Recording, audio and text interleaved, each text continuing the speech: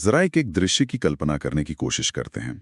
मान लीजिए घर में कोई मेहमान आता है और उसकी खातिरदारी के लिए मतलब पड़ोसी से मुट्ठी भर, बस एक मुट्ठी भर अनाज उधार लिया जाता है।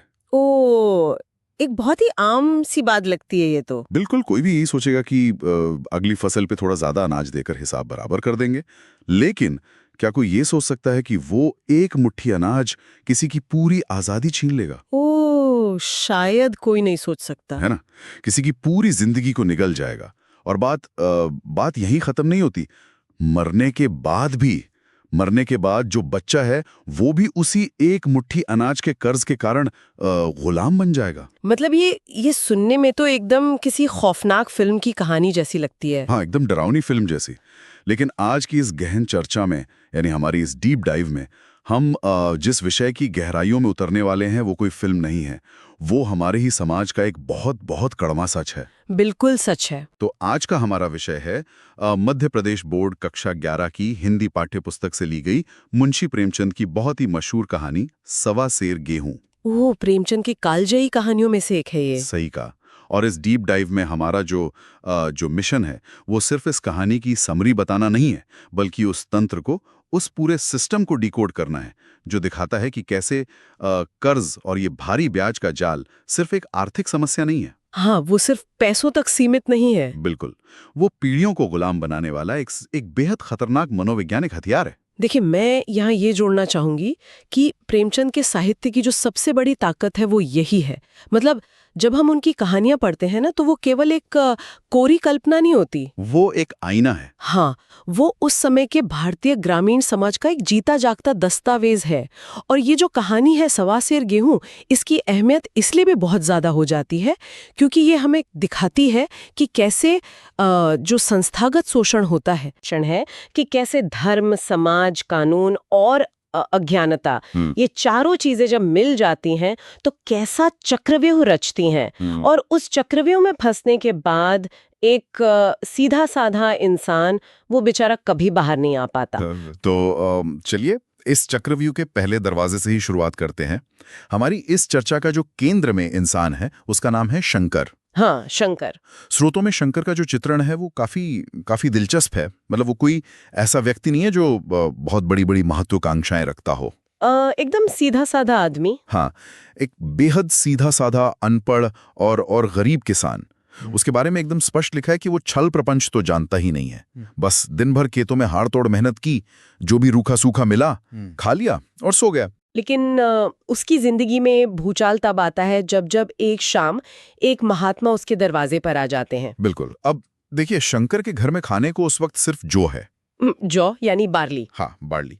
और शंकर के मन में ये एक बहुत ही गहरी आस्था है कि किसी सिद्ध पुरुष को, एक अतिथि को, घर आए मेहमान को जौ खिलाना तो बहुत बड़ा पाप होगा। हाँ, क्योंकि उस समय गेहूं एक लग्जरी मानी जाती थी। एग्जैक्टली। तो इसलिए वो क्या करता है, वो गांव के महाराज के पास जाता है। महाराज मतलब जो पुरोहित भी हैं और साहूकार भी, और उनसे वो केवल सवा सेर गेहूं उधार लेता है। सवा सेर मतलब अगर आज के हिसाब से देखें तो लगभग 1.25 किलो। बस 1.25 किलो। अब अगर हम इसे आज के नजरिए से समझने की कोशिश करें तो ये कुछ वैसा ही है जैसे घर आए किसी मेहमान की खातिरदारी के लिए, किसी को इम्प्रेस करने के लिए अपनी हैसियत से बाहर जाकर हम क्रेडिट कार्ड स्वाइप कर लें।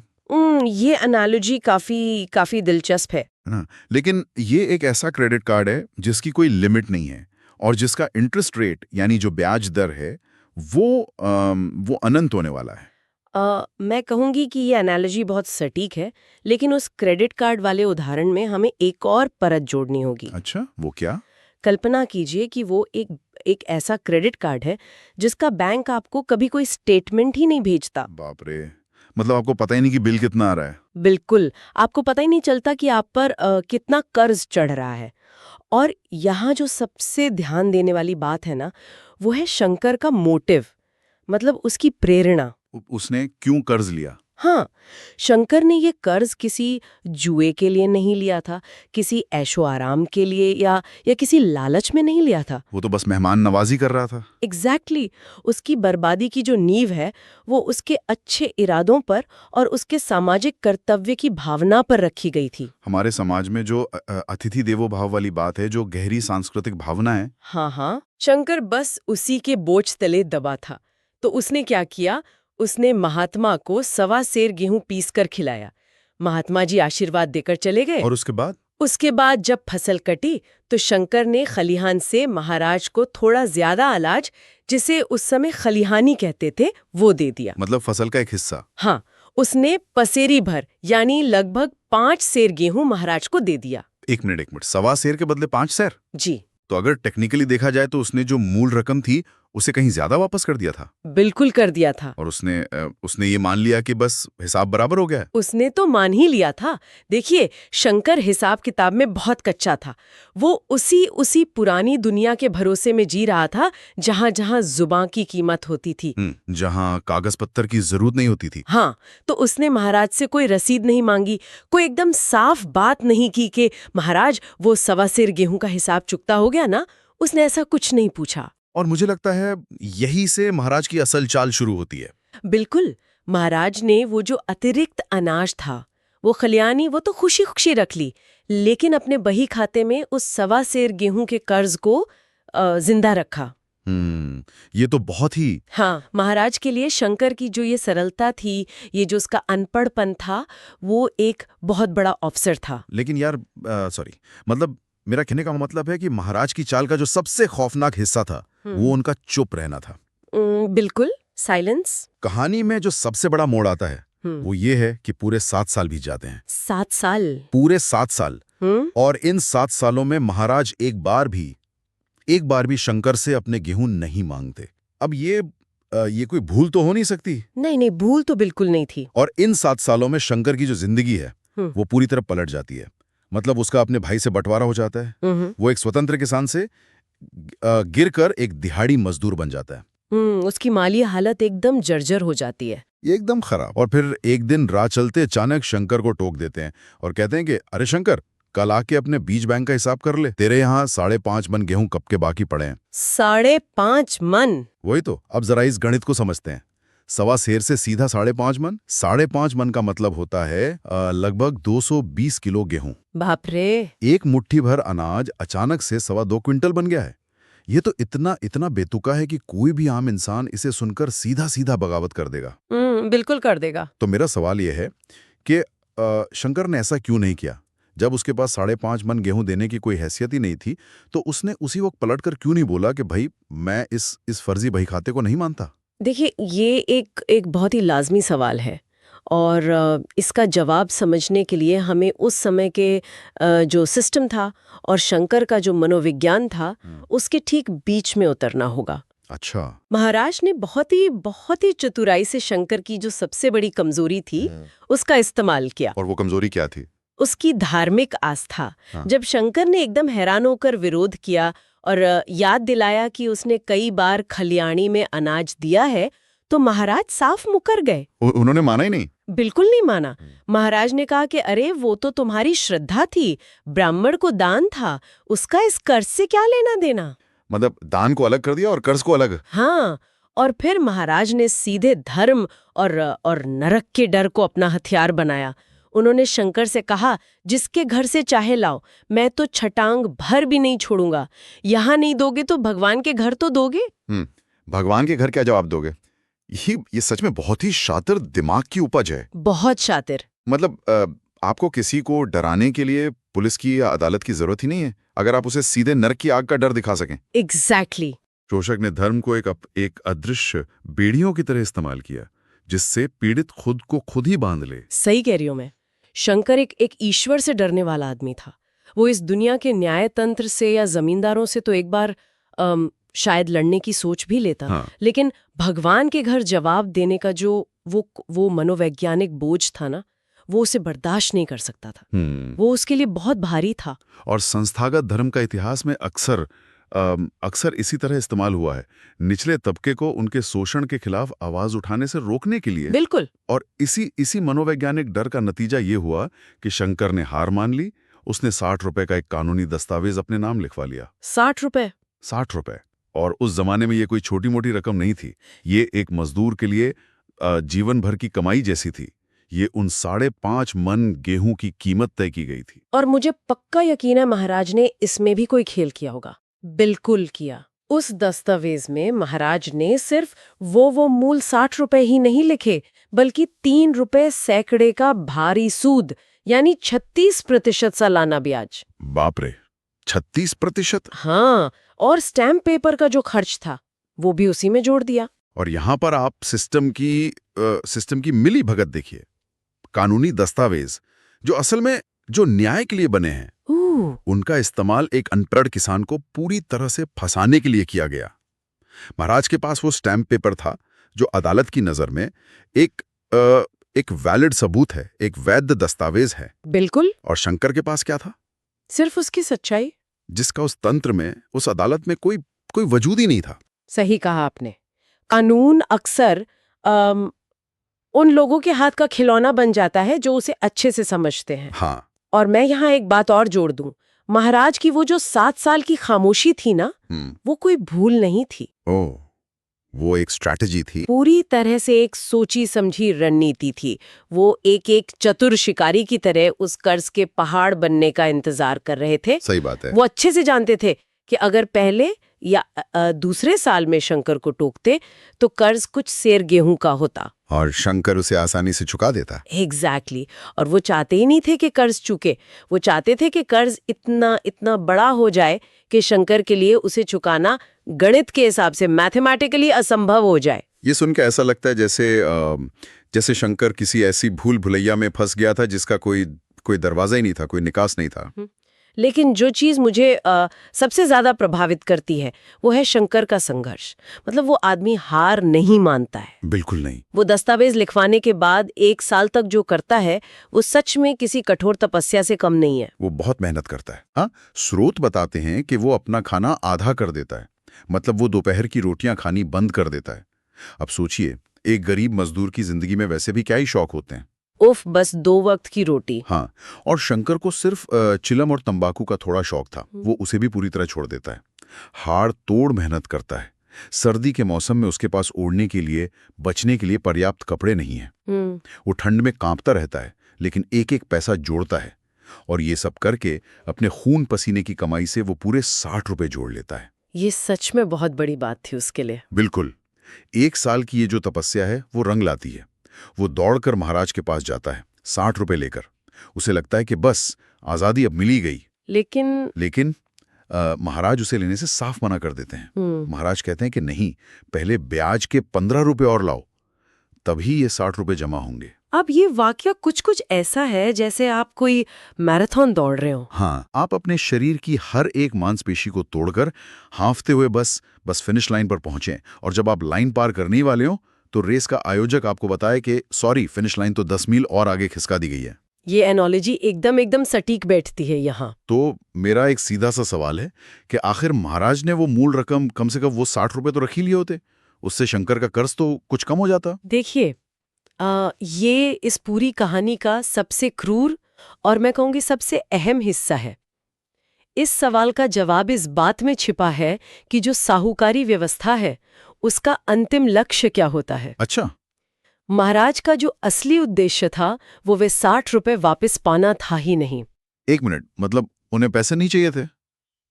तो फिर भी ये सब नाटक क्यों कर रहे थे? उनका उद्देश्य शंकर की संपत्ति या उसका पैसा नहीं था। उनका उद्देश्य था शंकर की आज़ादी और उसकी जो इच्छा शक्ति है, उसका जो विल पावर है, उसे हमेशा के लिए कुचलना। ओ बाप रे। जब आप किसी इंसान को बार बार ये महसूस कराते हैं कि वो चाहे कितनी भी कोशिश कर ले, वो हालात को नहीं बदल सकता। तो वो कोशिश करना ही छोड़ देता है। बिल्कुल, वो आखिरकार कोशिश करना ही छोड़ देता है। जब शंकर 60 रुपए लेकर आया था ना, तो उसकी आंखों में एक अजीब सा स्वाभिमान था। उसे लग रहा था कि उसने अपनी मेहनत से अपने दम पर अपना कर्ज उतार दिया है। हाँ, उसने 1 साल तपस्या जो की थी। लेकिन महाराज को वो स्वाभिमान, वो उम्मीद तोड़नी थी। अगर वो 60 रुपए रख लेते तो शंकर को लगता कि चलो अब बस 15 रुपए ही तो बाकी है।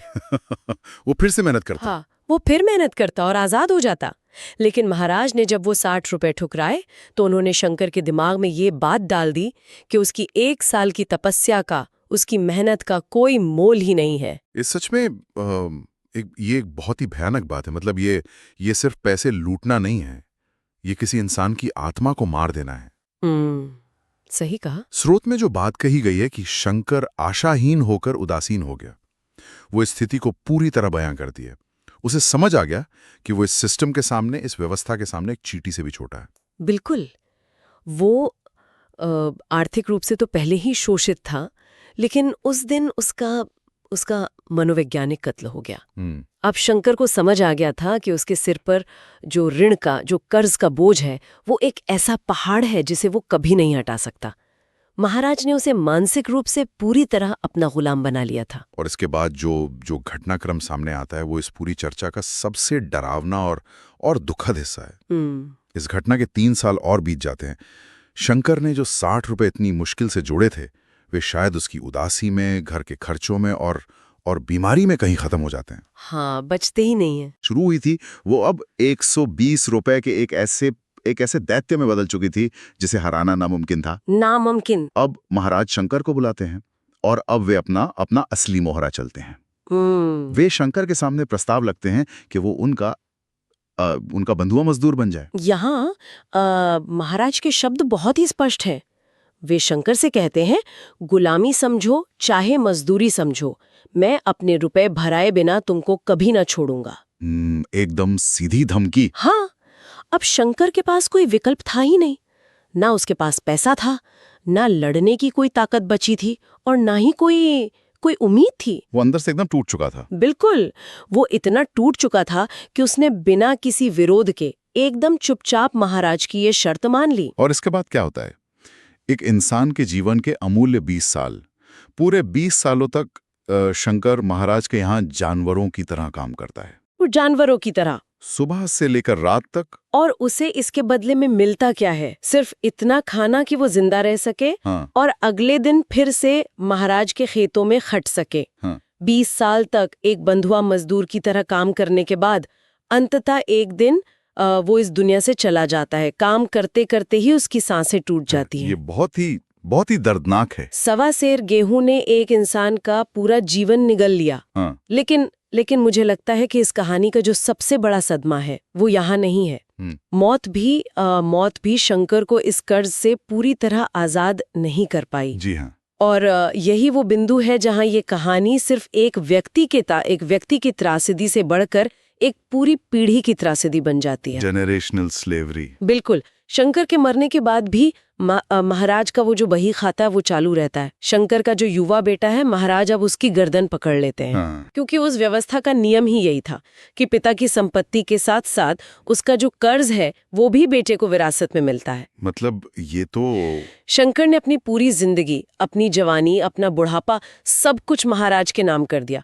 फिर भी वो 120 रुपए का कर्ज एक पैसे से भी कम नहीं हुआ। ये सुनकर सच में मन सुनने पड़ जाता है। मतलब एक आदमी ने 20 साल मुफ्त में काम किया। अगर हम बस 20 साल की मजदूरी का डेली वेज का हिसाब लगाएं तो वो उन 120 रुपयों से कई 100 गुना ज्यादा बैठेगा। आराम से बैठेगा। लेकिन हिसाब तो महाराज के हाथ में था। हाँ। शंकर का बेटा भी अब उसी चक्की में पिसने के लिए मजबूर कर दिया गया। एक पूरे परिवार की, एक पूरी पीढ़ी की नियति सिर्फ इसलिए तय हो गई क्योंकि एक दिन उनके घर एक महात्मा आ गए थे। हाँ। और शंकर ने बस एक अच्छा इंसान बनने की कोशिश की थी। कहानी के अंत में ना प्रेमचंद ने पाठकों के लिए एक बहुत ही सख्त चेतावनी लिखी है। क्या चेतावनी? वे कहते हैं, पाठक इस वृत्तांत को कपोल कल्पित ना समझें, यह सत्य घटना है। ऐसे शंकरों और ऐसे महाराजों से दुनिया खाली नहीं है। वो ये कोई फिक्शन नहीं है। बिल्कुल नहीं। प्रेमचंद हमें ये बता रहे हैं कि ये जमींदारी और साहूकारी प्रथा की नग्न सच्चाई है। ये जो व्यवस्था थी, ये कुछ इस तरह से डिजाइन की गई थी, इसे ऐसे बुना गया था कि उच्च वर्ग को, जमींदारों को हमेशा मुफ्त के कृषि मजदूर मिलते रहें। एक सप्लाई चेन बनी रहे। हाँ, अगर कर्ज चुकाने के रास्ते आसान होते तो साहूकारों के खेतों में बिना पैसे के काम कौन करता? कोई नहीं करता। एग्जैक्टली। हाँ। इसलिए कर्ज को हमेशा इतना बड़ा रखा जाता था कि वो कभी ना चुके और जो पीढ़ियां हैं वो बंधुआ मजदूरी के जाल में फंसी रहें। तो इस पूरी चर्चा से, इन तमाम स्रोतों से हमारे सुनने वालों के लिए मुख्य निष्कर्ष क्या निकलता है? अगर हम इस पूरे परिदृश्य को समेटें तो हम देखते हैं कि कैसे अज्ञानता, भोलापन और आस्था, हाँ, इन तीनों का इस्तेमाल एक चालाक और ताकतवर इंसान ने दूसरे इंसान को हमेशा के लिए अपना गुलाम बनाने के लिए किया। शंकर ने कोई जुआ नहीं खेला था। उसने कोई अपराध नहीं किया था। उसका एकमात्र अपराध बस उसकी अनपढ़ता थी और उस व्यवस्था पर उसका अंधा विश्वास था, जो व्यवस्था उसे खाने के लिए ही बनाई गई थी। और मैं कहूंगी यही इस कहानी की सबसे बड़ी प्रासंगिकता है। अगर हम आज के समय यानी हमारे मॉडर्न सोसाइटी से इसे जोड़कर देखें तो ये कहानी पुरानी नहीं हुई है, बस इसके रूप बदल गए हैं। आज हमारे समाज में ऐसे कई लोग हैं जो फाइनेंशियल लिटरेसी यानी जिन्हें वित्तीय साक्षरता का कोई ज्ञान नहीं है। हाँ, ये बहुत बड़ी समस्या है। आज शायद कोई गांव का साहूकार 1.25 सेर गेहूं नहीं देता, लेकिन आज हमारे फोन में मौजूद सैकड़ों प्रीडेटरी लेंडिंग ऐप्स हैं। अरे वो जो लोन वाले ऐप्स होते हैं। बिल्कुल। जो लोग इन ऐप से या बिना कागज पढ़त के जो अनौपचारिक स्रोत होते हैं उनसे कर्ज लेते हैं, उन्हें उन छुपी हुई शर्तों का, हिडन चार्जेस का, हाँ, हिडन चार्जेस का और कंपाउंड इंटरेस्ट का यानी चक्रवृद्धि ब्याज का कोई अंदाजा ही नहीं होता। और देखते ही देखते कुछ हजार रुपए का कर्ज लाखों में बदल जाता है। एकदम सच बात है। रिकवरी एजेंट फोन करके उन्हें उसी तरह मानसिक रूप से प्रताड़ित करते हैं जैसे महाराजा ने शंकर को किया था। हाँ, वो गाली गलौज करते हैं, डराते हैं। बिल्कुल।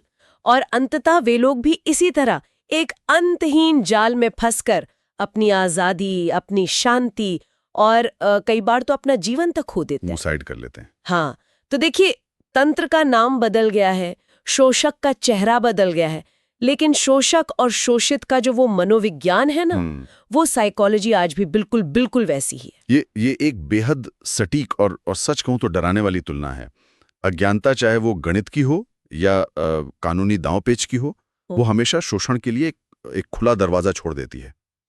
खैर, मुंशी प्रेमचंद की इस कालजयी कहानी पर हमारी ये गहन चर्चा यहीं समाप्त होती है। लेकिन जाने से पहले ये कहानी हमारे जहन में एक ऐसा सवाल छोड़ जाती है जो शायद कई दिनों तक सोचने पर मजबूर कर दे। वो क्या? जरा विचार कीजिए, अगर उस शाम शंकर ने एक अच्छा मेजबान बनने की कोशिश न की होती, अगर सामाजिक दबाव में आए बिना उसने उस महात्मा को केवल अपने घर में रखा हुआ साधारण सा जौ खिला दिया होता, तो शायद वो, उसका बेटा और उसकी आने वाली पीढ़ियां आजाद होती। तो सवाल यह है कि क्या कभी-कभी हमारा समाज और हमारी व्यवस्थाएं लोगों को उनके अच्छे इंसान होने की ही सबसे खौफनाक सजा देती हैं?